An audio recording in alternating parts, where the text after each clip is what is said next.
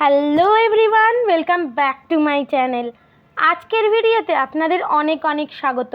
আজকে আমি প্রিন্সেস কাট ব্লাউজের ডাইসটা কিভাবে আস্তরে বসিয়ে কাটিং করবেন এবং একটা ডাইস তৈরি করে কিভাবে সামনে এবং পিছনে দুটোই কাটিং করবেন সেটাই আপনাদের সাথে শেয়ার করব। তো ভিডিওটার প্রথম থেকে শেষ পর্যন্ত আপনারা মন দিয়ে দেখতে থাকুন, তাহলে আপনারাও খুব সহজে বুঝে যাবেন। আর ভিডিওটা যদি ভালো লেগে থাকে তাহলে অবশ্যই সাবস্ক্রাইব করে দেবেন এবং পাশে থাকা বেল আইকনটা অবশ্যই ক্লিক করে দেবেন, তাহলে পরবর্তী ভিডিওগুলো পেতে আপনাদের কোনো অসুবিধা হবে না। তো চলুন আজকের ভিডিও শুরু করা যাক। দেখুন, এখানে আমি ডাইস নিয়েছি, আমি পেপারে কাটিং করে নিয়েছি। আর এখানে আমি আস্তরও নিয়েছি, যেটা আমি দুভাঁজ করে ইস্ত্রি করে নিয়েছি, ঠিক আছে, আয়রন করে নিয়েছি খুব ভালোভাবে। আস্তরে যেন কোনো ভাঁজ না থাকে, মানে একদম প্রপারভাবে আয়রন করে নেবেন। ভাঁজ থাকলে আমাদের কিন্তু কাটিংটা ঠিকঠাক হবে না, ঠিক আছে। তো আমি ভালো করে আয়রন করে নিয়েছি আর ডাইসও কাটিং করে ফেলেছি। আর এটা দেখুন এক ভাঁজ দু ভাঁজে রয়েছে, ঠিক আছে। আর আমি ডাইসটা আপনাদের দেখাই কীরকম আমি কাটিং করেছি। আপনারা চাইলে একটা দিকেও করতে পারেন, আমি এটা মানে দুটো পার্ট কাটিং করেছি, তাহলে বুঝতে পারবেন। এই যে এরমভাবে আমি আগে ডাইসটাকে কাটিং করে নিয়েছি, আপনারা এইখান থেকে হাফও রাখতে পারেন। এবার আমি আপনাদের দেখানোর জন্য দুদিকে করেছি। প্রথমে এই প্রিন্সেস কাটের শেপটা আগে কাটবেন না, আগে আস্তরে বসিয়ে ব্যাক পার্টটা করে নেবেন, কারণ আমাদের তো ব্যাক পার্টে কিছুই চেঞ্জ হবে না, আর্ম হোল যা আছে সবই একই থাকবে, শুধু আমাদের গলার লেন্থটা বাড়বে। আর এটা যেহেতু আমি পিছন পার্ট কাটিং করছি, পিছন পার্টে তো আমাদের হুকের ভর্তি থাকবে, তার জন্য আমি হাফ ইঞ্চি মতো এখানে ছেড়ে দিচ্ছি।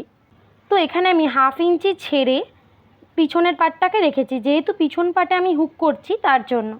তো দেখুন, এখানে আমি যা আছে সেম, এখানে ঝুল একই থাকবে, পুট আর্মহোল একই থাকবে, শুধু কোমরের পোর্শনটা আমাদের চেঞ্জ হবে। আর এখানে হুকের ঘর পট্টির জন্য হাফ ইঞ্চি বরাবর একটা দাগ দিয়ে ভালো করে বসিয়ে নিয়েছি।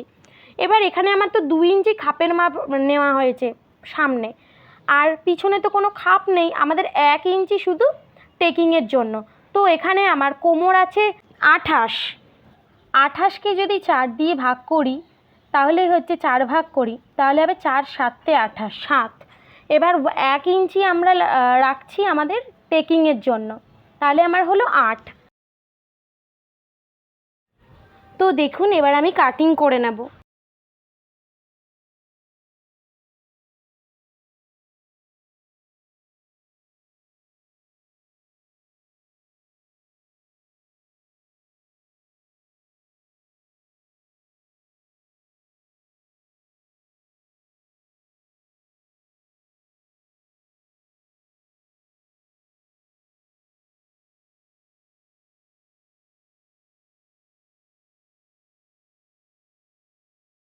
তো দেখুন, এখানে আমার কাটিং হয়ে গেছে। এইখান থেকে যেহেতু হুকের ঘর বসবে, এখান থেকেও কাটিং হয়ে যাবে, ঠিক আছে।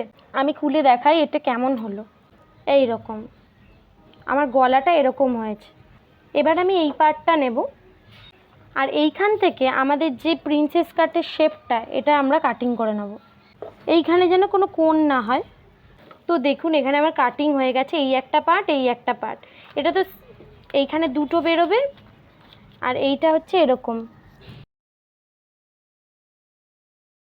আর এইখান থেকে কাটিং করে দেব।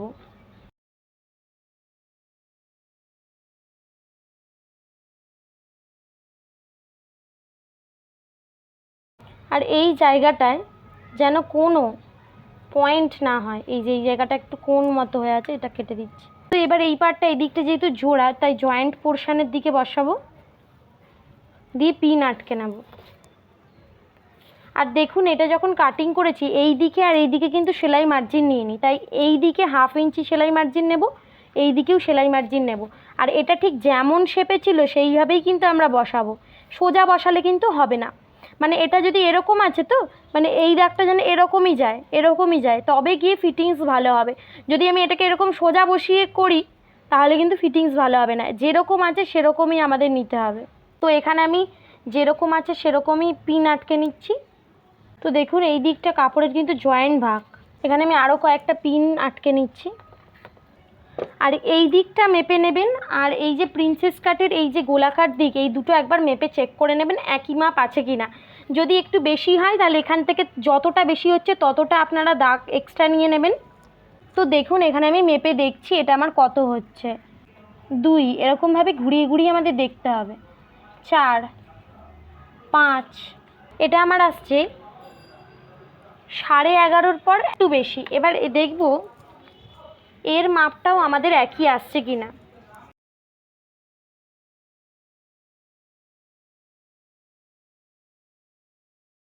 না, এটাও আমাদের আসছে 11.5-র পরে একটা দাগই। তো এটা তাহলে আমাদের ঠিক আছে, কোনো এক্সট্রা আমার আসছে না। তাহলে এই দুটো পার্ট যেহেতু আমার ঠিক আছে তাই এখানে কোনো আমি বাড়াচ্ছি না। এবার যেমন আছে আমি তেমনই কিন্তু এখান দিয়ে দাগ দিয়ে এখানে শুধু 1/2 ইঞ্চি এক্সট্রা নিয়ে বাদবাকি যেমন আছে তেমনই করে নেব। আর এখান থেকে 1/2 ইঞ্চিতে দাগ দিয়ে দেবো।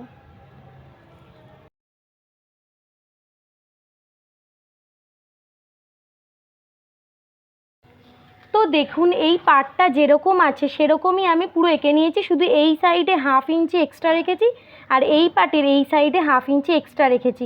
আর এই পার্টটা যেমন আছে আমি তেমনই বসিয়েছি, এটা একটু বাঁকা আছে তাই বাঁকাই বসিয়েছি। আপনি যদি সোজা বসান তাহলে কিন্তু শেপটা পারফেক্ট হবে না, মানে ঠিকঠাক হবে না ফিনিশিংটা। ঠিক আছে, তো এখান থেকেও 1/2 ইঞ্চি এক্সট্রা রেখেছি, এবার আমি কেটে নেব।